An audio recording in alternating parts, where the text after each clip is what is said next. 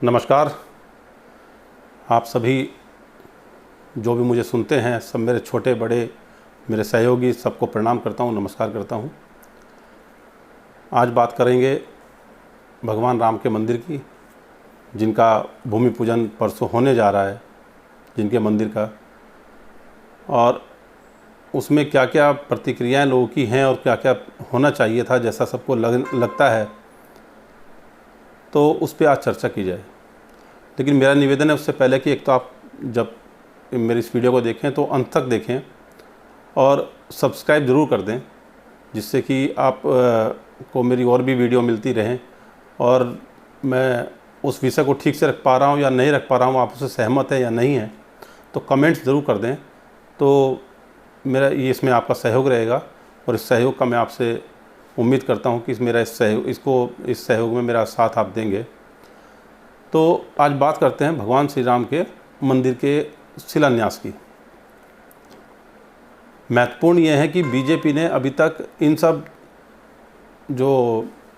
मंदिर का जो मुद्दा उसने उठाया अभी तक पूरे पिछले 30 साल से लगभग, तो इसमें बीजेपी का कितना रोल रहा है।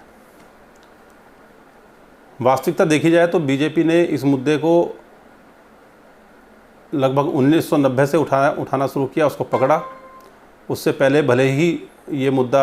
हिंदू महासभा के द्वारा, आरएसएस के द्वारा, जनसंघ के द्वारा बीच बीच में उठाया जाता रहा हो, लेकिन जिसको पकड़ के अच्छी तरह से राजनीति की वो बीजेपी ने 1990 के बाद से शुरू की। अब और उसके जो सूत्रधार थे, मुख्य सूत्रधार, जो अच्छे से जिसको कह सकते हैं कि एक बिल्कुल मैदान में आना, उसके सूत्रधार थे आडवाणी जी और अटल जी। आडवाणी जी ने इसमें बहुत एग्रेसिव भूमिका निभाई, जबकि अटल जी उसमें एक सॉफ्ट कॉर्नर लेते हुए और एक मंझे हुए खिलाड़ी की भांति, उन्होंने राजनीति की भांति उसमें अपना रोल प्ले किया, उसमें अपने रोल को निभाया। जो भी पर्दे के पीछे जो भी कार्यक्रम की तैयारियां होती थी, उसमें प्रमोद महाजन अपने आप को पूरा सक्रिय रखते थे। तो ये बीजेपी का एक जो प्रोपोगंडा होता था या जिस प्रकार से भी होता था, ये 1990 के बाद बहुत ही खुल करके चला जनता के बीच में। अब इसमें एक चीज़ आती है कि उससे पहले कांग्रेस ने क्या किया और क्या नहीं किया, इससे जुड़ा हुआ एक मुद्दा और है, जिस पे बाद में एक अलग से वीडियो बनाई जाएगी, लेकिन वो इसी मुद्दे से जुड़ी हुई है कि बीजेपी या आरएसएस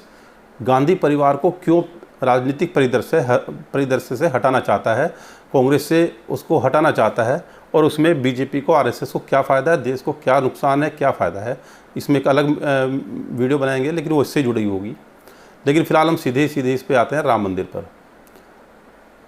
1947 में जब देश आज़ाद हुआ, तो उस समय जहां आज भगवान रामलला की मूर्ति विराजमान है, या उस परिसर में कहें, तो उस समय भगवान श्री राम की कोई मूर्ति वहाँ पर नहीं थी, जैसा कि इतिहासकार बताते हैं और जैसा हमने सुना और पढ़ा, और जो लेख और जो कोर्ट में भी जमा हुआ उसके अनुसार। देश की आज़ादी के बाद जब जवाहरलाल नेहरू प्रधानमंत्री थे, और गोविंद बल्लभ पंत जो उत्तराखंड से संबंधित थे, लेकिन उस समय उत्तर प्रदेश के जो मुख्यमंत्री हुआ करते थे, और आज़ाद भारत के पहले मुख्यमंत्री उत्तर प्रदेश के रहे, और उन्होंने उस मूर्तियों को रखवाने में महत्वपूर्ण भूमिका निभाई। यानी कि एक प्रकार से देखें तो 1947 के बाद वो मूर्ति रखी गई, और मूर्ति रखने का जो कार्यकाल रहा वो कांग्रेस के शासन में हुआ। कांग्रेस के शासन में जब मूर्ति रखी गई और उसके बाद वहाँ पूजा पाठ शुरू हुई, सब अच्छे से,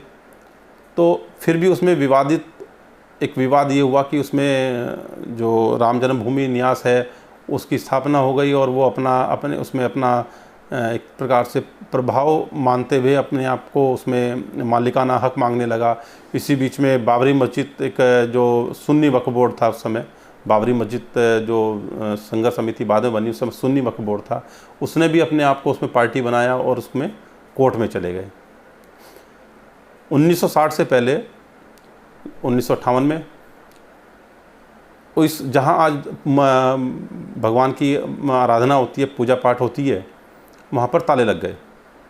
और ये ताले लगे जब एक मुस्लिम पक्ष और एक हिंदू पक्ष दोनों कोर्ट में चले गए। इसमें सरकार की कोई भूमिका इस प्रकार से नहीं थी कि वहाँ पूजा पाठ ना हो। और सबसे महत्वपूर्ण ये था कि जब सरकार के समय में, जिसमें गोविंद पल्लम पंत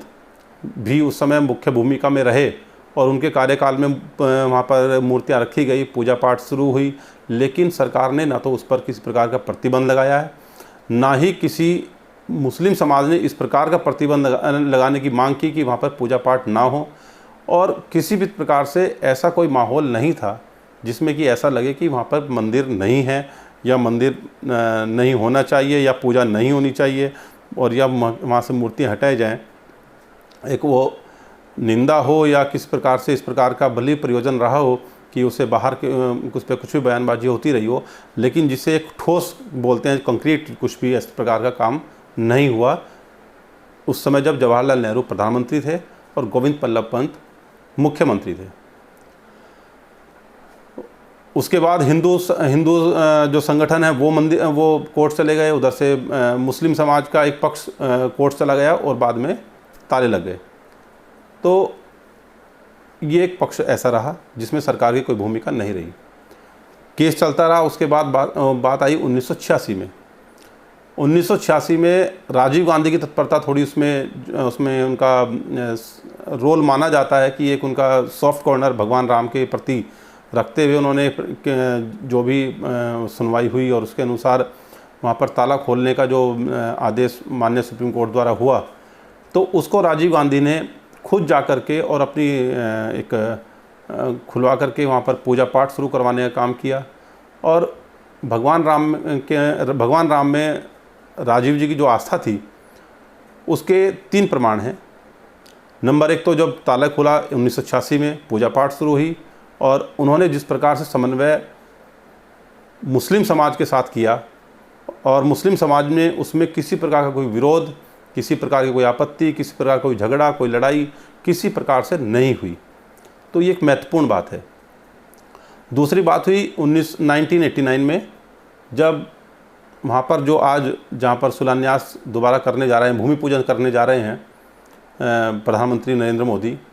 उसी जगह पर, उसी परिसर में जो विवादित हिस्सा था उसको छोड़ करके उसी परिसर में भूमि पूजन किया जा चुका था। आज उसी बात पर विवाद भी है। कुछ जो ज्योतिषाचार्य हैं, जो ब्राह्मण हैं, वो जो विद्वान हैं, वो इस बात को मानते हैं कि जब एक बार भूमि पूजन हो चुका है तो दोबारा भूमि पूजन नहीं होना चाहिए था। जो विवादित हिस्सा था वो भी उसी क्षेत्र का हिस्सा था जिस क्षेत्र में भूमि पूजन हो चुका था। तो राजीव गांधी यानी कि जो कांग्रेस से जुड़े थे, प्रधानमंत्री थे, उस समय प्रधानमंत्री की सीट पर वो स्थापित थे, मतलब उस पर बैठते थे और वो उस समय प्रधानमंत्री थे देश के। तो एक हिस्सा ये हुआ। तीसरी स्थिति ये हुई कि जब चुनाव आए 89 में ही, जब चुनाव आए लोकसभा के, तो राजीव गांधी ने अपने चुनाव प्रचार की शुरुआत जो है वो अयोध्या से की थी और उसको उन्होंने एक प्रकार से ये संदेश देने का प्रयास किया था कि वो भगवान राम के मंदिर को बनवाने में बहुत ही उनकी इच्छा है और वो उसके लिए प्रतिबद्ध हैं। उसी दौरान ये जो ज़मीन जो भी जिसका केस चल रहा था, जो विवादित थी, जिसका सुप्रीम कोर्ट में केस था, हाई कोर्ट में केस चल रहा था, फिर सुप्रीम कोर्ट में भी केस आया, उसका कुछ हिस्से सुप्रीम कोर्ट में थे, उसमें विधानसभा में उसको अधिग्रहण करने की, इस बीच में जब राजीव जी के समय में अधिग्रहण करने का और उसमें अध्यादेश ला करके उसको विधि पूर्वक भगवान राम के मंदिर के लिए उस ज़मीन को देने का प्रस्ताव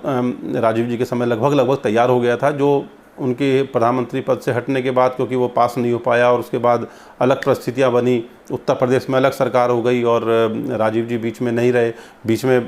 वीपी सिंह की सरकार आ गई, उसके बाद चंद्रशेखर की आ गई, उसके बाद 91 में राजीव जी का निधन हो गया, उनकी हत्या हो गई। तो इस बीच में ये सब प्रकरण ऐसे हुए कि उसमें बीजेपी ने इस मुद्दे को इस प्रकार से लपका कि जिसमें उसको समझ में आया कि इस मुद्दे के द्वारा हिंदू मुस्लिम की जो एक विभाजन है वो किया जा सकता है। और क्योंकि देश के अंदर 80-85% हिंदू है तो उसको अपने से जोड़ने का काम इस मुद्दे के द्वारा किया जा सकता है। तो आज जो मेरा कहने का मतलब सिर्फ ये है कि 1990 से लेकर के आज तक बीजेपी का इसमें सीधा सीधा रोल क्या रहा है, इस पर आपको विचार करना चाहिए। उसका सिर्फ विचार एक ये रहा कि इस मुद्दे को उठाया जाए, इस मुद्दे पे अपना पक्ष रखा जाए, इस मुद्दे पे सिर्फ इतनी बात की जाए कि वहाँ पर मंदिर बनाएंगे, वहाँ से मस्जिद हटाएंगे, जबकि कांग्रेस के शासन में किसी भी नेता ने, किसी भी पक्ष ने वहाँ पर ये नहीं कहा कि वहाँ पर कोई मस्जिद है। वहाँ पर 1947 के बाद से उस स्थान को मंदिर मान करके वहाँ पर मूर्ति रखवाई गई, उसकी पूजा पाठ शुरू कराई गई और उसके बाद भी वहाँ पर पुनः ताला खुलवाया गया। उसके बाद दोबारा से पूजा पाठ शुरू कराई गई। उसके बाद दोबारा से वहाँ पर पहली बार वहाँ पे भूमि पूजन कराया गया, जिससे कि भव्य एक राम मंदिर बन पाए। लेकिन किसी ने भी उसको बाबरी मस्जिद का नाम नहीं लिया। ठीक है, एक पक्ष बाद में बना, जो बाबरी मस्जिद एक्शन कमेटी बनी वो बाद में बनी, लेकिन कांग्रेस के शासन के समय जो ये सब प्रकरण चला, उस समय बाबरी मस्जिद एक्शन कमेटी या बाबरी मस्जिद का नाम कांग्रेस सरकारों के द्वारा नहीं लिया गया। जो कागजों में कुछ भी चलता रहा हो, लेकिन प्रचार के मामले में नहीं हुआ। लेकिन बीजेपी, विश्व हिंदू परिषद और जो और हिंदू संगठन थे, उन्होंने बाकायदा उसको बाबरी मस्जिद के रूप में प्रचारित करके एक ऐसा माहौल बनाने का काम किया जैसे जिसमें कि हिंदू उत्तेजित हो, और वो उत्तेजना के रूप में इस प्रकार से एक धार्मिक रूप से विभाजन हो समाज में, जिसका फ़ायदा बीजेपी सरकार सत्ता के रूप में उठा सके, वो उठाया गया। अब सबसे महत्वपूर्ण ये है कि जब अब भूमि पूजन होने जा रहा है, तो इसमें जो वर्तमान सत्ता है, जब उसने 200 लोगों को बुलाया है, तो उसमें कम से कम उसको कुछ पक्षों को और भी आमंत्रित करना चाहिए था। पहली बात तो कोरोना को लेकर के ये कार्यक्रम बहुत छोटा होना भी चाहिए था कि 200 लोगों को बुलाने का आमंत्रण का मतलब ये है कि 200 का मतलब कम से कम वहाँ पे 4 से 5 हज़ार लोगों की भीड़ होना, या 1 से 1,500 2,000 लोगों की कम से कम भीड़ होना, क्योंकि इनमें लगभग 200 लोगों में अधिकांश वीआईपी और वीवीआईपी लोग होंगे, तो उनकी सुरक्षा से जुड़े लोग, उनकी व्यवस्था से जुड़े लोग, और वो हज़ारों में होंगे,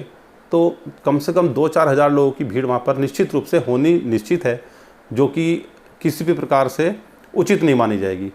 और जबकि ये स्थिति है कि वहाँ पे जो राम मंदिर से जुड़े जो सुरक्षाकर्मी हैं या अन्य उससे जुड़े व्यक्ति हैं, वो लोग कोरोना पॉजिटिव मिले हैं अभी 3 दिन पहले, तो ये और भी समस्या है। और जबकि गृह मंत्री अब कोरोना पॉजिटिव हो गए हैं, उसके बाद बीजेपी के प्रदेश के नेता कोरोना पॉजिटिव हो गए हैं, एक महिला मंत्री की तो निधन हो गया है परसों। तो ये सब इस प्रकार की घटनाएं हैं जिसमें कि कम से कम सरकार को ये देखना चाहिए था कि इस कार्यक्रम को जितना छोटे से छोटा किया जा सकता हो वो छोटे से छोटा करना चाहिए था, या फिर इस कार्यक्रम की हम कोई तिथि दूसरी निश्चित कर सकते थे यदि भव्य कार्यक्रम ही इसको बनाना था। लेकिन ये जो वर्तमान में प्रधानमंत्री हैं, उनकी जिद या उनके पीछे जो भी उनका रणनीतिक सोच रही और जो रणनीति बनाने वाले रहे हों, उनकी जिद कि वो इसमें अभी कार्यक्रम होना है ज़रूरी है और वो भव्य होना चाहिए, तो मुझे लगता है कि ये कार्यक्रम बिल्कुल उसी तरह से हो रहा है जैसे दिल्ली में जमातियों की जिद थी, और वो इसी प्रकार की जिद आज की तारीख में अयोध्या में नज़र आ रही है। हम ये नहीं कह रहे कि राम मंदिर नहीं बनना चाहिए, लेकिन राम मंदिर बनाने के लिए एक छोटा कार्यक्रम हो सकता था, सूक्ष्म कार्यक्रम हो सकता था। प्रधानमंत्री से संकल्प दिल्ली में लिया जा सकता था, उसके बाद वो जिस प्रकार से बहुत सी व्यवस्थाएं होती हैं उस तरह से कार्यक्रम किया जा सकता था। और अब अंतिम समय में जब मुरली मनोहर जोशी और आडवाणी जी दोनों इस कार्यक्रम में शरीक नहीं हो रहे हैं, जैसी आज की सूचना है, उसके अनुसार इस कार्यक्रम में एक भावनात्मक रूप से जो आडवाणी जी को होना चाहिए था, मुरली जी को होना चाहिए था, तो उसमें भी एक भगवान के रूप में तो महत्व कभी कम नहीं होगा, लेकिन कार्यक्रम के रूप में एक जो महत्व है वो उसका कहीं ना कहीं वो कम होगा। और मैं समझता हूँ कि चाहे वो दूसरी पार्टी के लोग हों, किसी भी पार्टी के लोग हों, उनको एक ये अच्छा नहीं लगेगा, किसी को भी नहीं लगेगा कि जिस व्यक्ति ने एक संघर्ष किया है, भले ही उन्होंने ज़मीन पर संघर्ष किया है और उसमें उसका कोई कानूनी महत्व इतना बहुत नहीं रहा है, लेकिन फिर भी उनको होना चाहिए। और वो उस पार्टी के भीष्म पितामह के रूप में भी जाने जाते हैं, लौह पुरुष के रूप में भी लोग मानते हैं कि पटेल जी के बाद उनको लौह पुरुष के रूप में मानते हैं। तो ये एक प्रकार की इस प्रकार से कहीं ना कहीं इस कार्यक्रम में पूर्णतः इसको बीजेपी का कार्यक्रम बनाने का जो प्रयास है उससे अलग हटना चाहिए था, जिससे कि भगवान राम के इस मंदिर में किसी प्रकार का कोई विवादित व्यवस्थाएं ना हो। इसमें महत्वपूर्ण ये भी है कि आप किसी पार्टी और को बुलाए ना बुलाते, लेकिन कम से कम शिवसेना को वर्तमान सरकार को आमंत्रित करना चाहिए था। जो भी न्यास बना है जो नया, उसको निमंत्रण देना चाहिए था, क्योंकि एकमात्र वो पार्टी ऐसी थी जब बाबरी मस्जिद का जो ढांचा था, जिसको लोग मैं तो उसको भगवान राम का मंदिर ही मानता हूँ, और मैं तो यही मानता हूँ कि जब 92 में किसी ने मंदिर वो उस ढांचे को गिराया तो उसने भगवान राम के मंदिर का ढांचा गिराया, उसने मस्जिद का ढांचा नहीं गिराया था। मैं तो यही मानता हूँ, और इसी बात पर मेरी अशोक सिंघल से चर्चा भी हुई थी एक बार, और वो उसमें उलझ भी गए थे। तो मैं तो ये मानता हूँ कि शिवसेना को बुलाना चाहिए था, क्योंकि उस शिवसेना के उस समय बाला साहब ठाकरे जो थे वो एकमात्र व्यक्ति थे जब उन्होंने कहा था कि जिसने भी वहाँ पर जा कर के कार सेवा की है वो मेरे बच्चे हैं, और वो उस प्रकार से खुल करके उन्होंने तब सामने आए थे, जबकि बीजेपी के लोग अपने आप को कानूनी रूप से बचाने के लिए झूठ बोल रहे थे कि हम लोग वहाँ पर गए नहीं थे, व्यवस्था वो लोग हमारे नहीं थे, हमने उनको किसी प्रकार से इस प्रकार से कोई कार सेवा करने के लिए नहीं बोली थी। तो मैं समझता हूँ शिवसेना को आमंत्रण देना चाहिए था। अगर माना जब आप 200 लोगों को बुला रहे हैं तो कम से कम एक व्यक्ति को या 2 व्यक्ति को और बुलाया जा सकता था, या उनमें से किसी को कम करके वो 200 की संख्या पूरी की जा सकती थी। दूसरी बात यह है कि जब आज गृह मंत्री संक्रमित हैं और 3 दिन 4 दिन पहले उन्होंने अन्य नेताओं से मुलाकात की है, और उसमें जो एक कैबिनेट होती है, कैबिनेट में भी उन्होंने भाग लिया है और अन्य कई नेताओं से मिले हैं, जिसमें रविशंकर प्रसाद ने खुद को क्वारंटाइन किया है।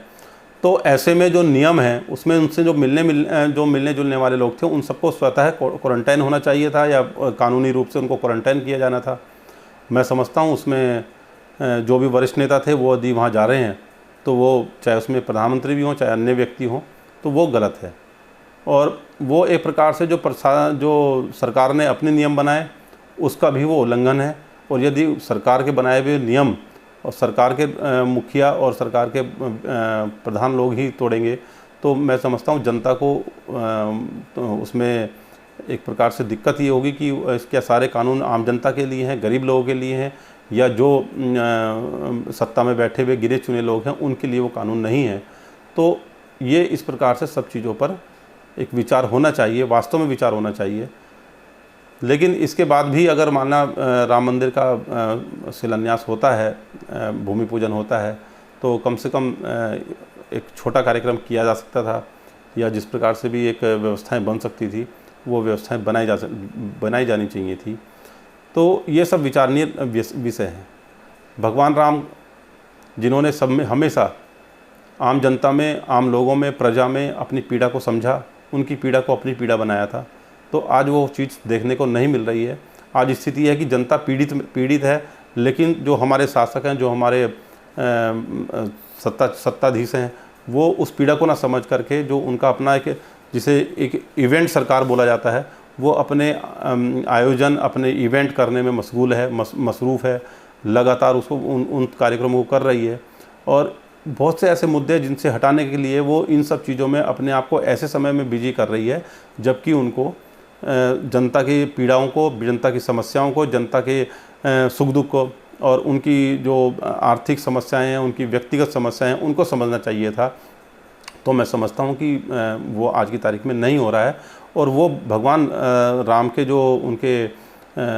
उद्देश्य थे उसको भी अब वर्तमान सरकार नहीं समझ पा रही है। तो इससे कोई लाभ नहीं होने वाला है उनको जाने वाले जो नेता हैं, बड़े नेता हैं, कि जो भगवान राम को भगवान राम का अपना को भक्त दिखाना चाहते हैं, लेकिन भगवान राम का भक्त बनने के साथ साथ उनके जो दिए गए संस्कार या जो दिए गए उनके प्रेरणा है, हम उसको आत्मसात नहीं कर पा रहे हैं। तो आखिर भगवान राम हमें कैसे हमें रक्षा करेंगे, कैसे हमसे खुश होंगे, कैसे जनता का वो पीड़ा हरेंगे, कैसे वो शासक को आशीर्वाद देंगे, मैं इस विषय को समझ नहीं पा रहा हूँ। इसको आप भी समझिए, आप विचार कीजिए। शायद बहुत सी बातों को मैं कह भी नहीं पा रहा हूँ, और इसलिए नहीं कह पा रहा हूँ कि कहते कहते वो बहुत सी चीज़ों को हो सकता है वो उत्तेजना में आ जाएं, उत्तेजित विषय में आ जाए तो मैं उस विषय पर नहीं जाना चाहता कि वो, क्योंकि अब सब आपके सामने है। कोरोना की वर्तमान स्थिति आपके सामने है, आपकी खुद की पीड़ा आपके सामने है, जनता की जो आम लोगों की पीड़ाएं हैं वो आपके सामने हैं, कितने लोग पीड़ित हैं वो आपके सामने हैं, मौतें कितनी हो रही हैं वो आपके सामने हैं, कुछ हो सकता ना भी आपके सामने आ रही हों, अन्य समस्याएं कितनी हैं वो सब आपके सामने है, व्यापार नहीं चल रहा है, आर्थिक समस्याएं वो सब आपके सामने है, बच्चे घर में रह कर के बीमार होने की स्थिति में हैं, मानसिक समस्याएं बढ़ती जा रही हैं, पारिवारिक समस्याएं बढ़ती जा रही हैं, वो सब आपके सामने है। लेकिन अगर ऐसे में हमारी सरकार और सिर्फ आयोजन में और सब इवेंट मनाने में लगी हुई है तो मैं समझता हूँ कि उनको सोचना चाहिए कि भगवान राम का जीवन इस प्रकार का नहीं था। उनका जीवन त्याग और प्रजा का ध्यान और प्रजा की पीड़ा इसमें समझने में था। तो पहले मेरा निवेदन सिर्फ यही है वर्तमान सरकार को कि पहले भगवान राम को समझें और भगवान राम को समझ करके प्रत्येक जनता के, प्रत्येक नागरिक के, पूरे विश्व के जनता के दर्द को पहले आत्मसात करना सीखें। तभी भगवान राम के उनके पद चिन्हों पर आप चल पाएंगे। भगवान राम तभी उस मंदिर में रहने आएंगे जब आप उनके अनुरूप उस भगवान राम के उस मंदिर का भूमि पूजन करेंगे। तो मेरा यही, मैं अपनी बात यही आपसे निवेदन करते हुए ख़त्म करता हूँ कि आप मेरी जो बात मैं कहना चाहता हूँ उसको आपने समझा होगा, उसको आप आत्मसात कीजिए, उस पर चर्चा कीजिए। और मैं समझता हूँ कि जो भी मैंने कहा है अगर आपको मेरी बात सही लगती है तो आप कमेंट्स बॉक्स में ज़रूर बताएं, क्योंकि मैं मानता हूँ कि भगवान को जब तक आत्मसात नहीं करेंगे तब तक भगवान के बताए हुए पद चिन्हों पर आप नहीं चल सकते हैं। वरना जो कलयुग है, ठीक है, कलयुग में आप दिखावा अधिक करते हैं, काम कम होता है, लेकिन ऐसा भी नहीं है कि भगवान कोई भी भगवान है, चाहे उसमें हमारे भोले बाबा हैं या हमारे विष्णु जी हैं या हमारे भगवान राम जो उन्हीं के अवतार हैं, तो कोई भी भगवान है वो सब हमारी समस्याओं को तभी हरते हैं जब हम बिल्कुल दिल से, मन से, तन से उनको पुकारते हैं और उनकी बताए हुए राह पर चलने का प्रयास करते हैं। तो मेरा पुनः निवेदन ये है कि आप इस पर विचार करें और आप अपनी बातों को सोशल मीडिया के द्वारा, अन्य माध्यमों के द्वारा सरकार तक पहुंचाएं कि उनको पहले जनता की पीड़ा समझनी चाहिए। और जनता की पीड़ा समझते समझते किसी भी भगवान को भव्यता की आवश्यकता नहीं होती है, वो सांकेतिक और सूक्ष्म कार्यक्रमों में भी आपके अंदर आपको आशीर्वाद और आपको खुशी देने का काम कर सकते हैं। तो मेरा निवेदन यही है कि आप उस प्रकार का काम ना करें कि आप दूसरे को तो किसी विषय पर ज्ञान देने का काम करते हैं, उनको आरोपित करने का काम करते हैं और वही काम आप खुद करके आप हीरो बनने का प्रयास करते हैं। तो ऐसा भगवान ना राम चाहते थे, ना कोई अन्य भगवान चाहते हैं। तो मेरा सिर्फ निवेदन ये करते हुए मैं आपको प्रणाम करता हूँ कि मेरी इस वीडियो को अगर आपको सही लगी है तो कमेंट्स अवश्य कर दें और सब्सक्राइब भी कर दें। जय हिंद, जय भारत, जय सीताराम।